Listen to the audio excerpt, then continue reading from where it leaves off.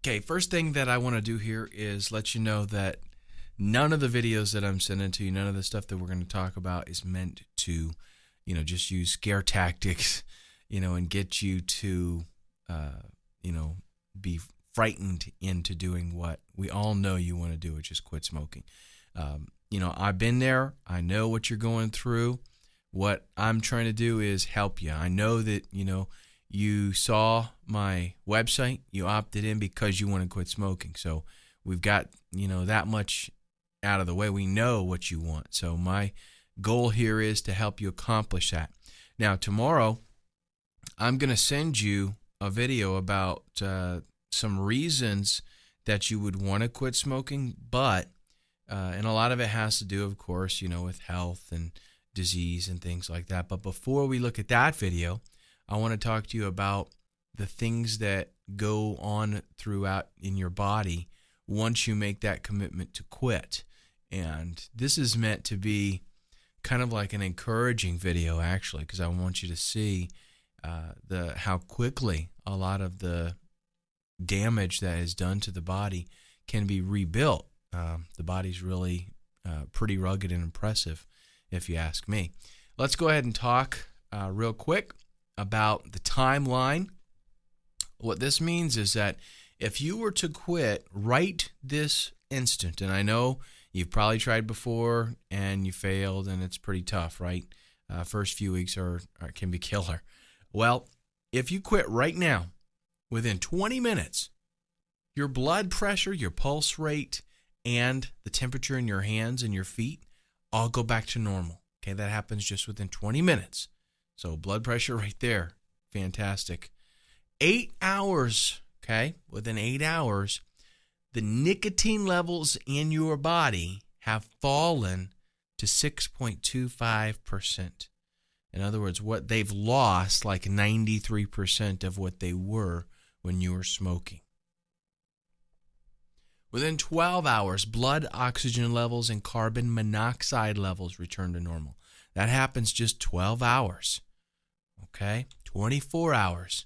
Anxieties peak. This is where, if you quit right now, this time tomorrow, you're going to be going through, some very emotional stress. And within 2 weeks, that's going to return back to normal, what it was before you were trying to quit. So that first couple weeks can be pretty tough, right? Well, within 48 hours, damaged nerve endings have started to regenerate. And this is what I'm talking about with the body's ability to start healing itself. Even if you've been smoking for a long time, you'll start to get your sense of smell and taste back, and you will experience some mood swings. Within 72 hours, you cannot find any nicotine in your body, and your lungs already start to work better.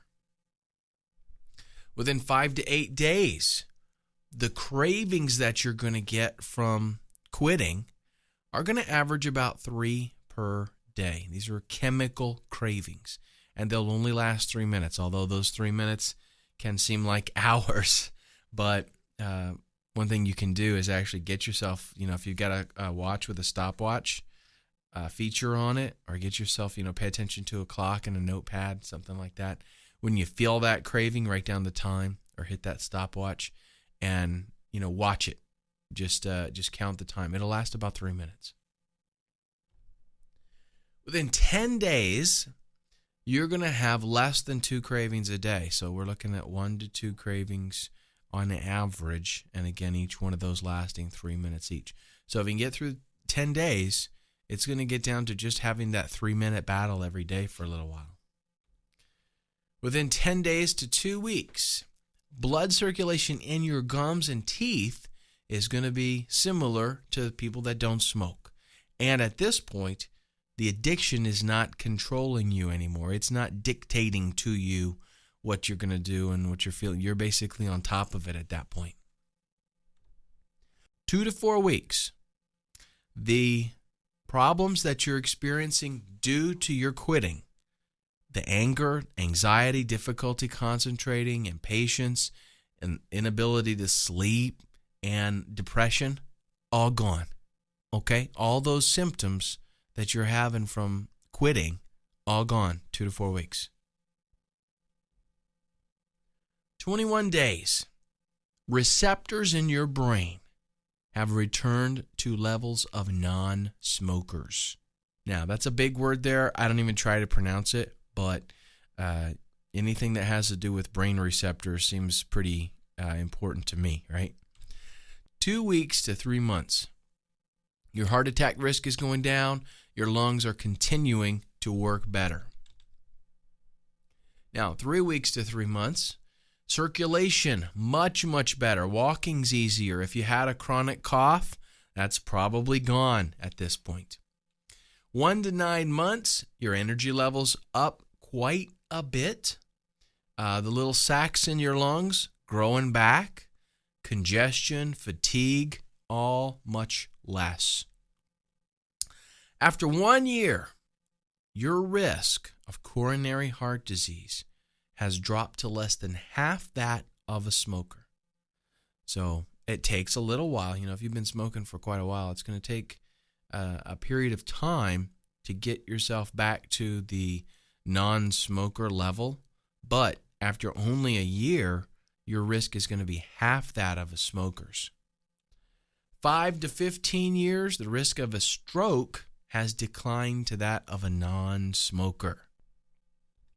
After 10 years, your risk of death from lung cancer has been cut in half.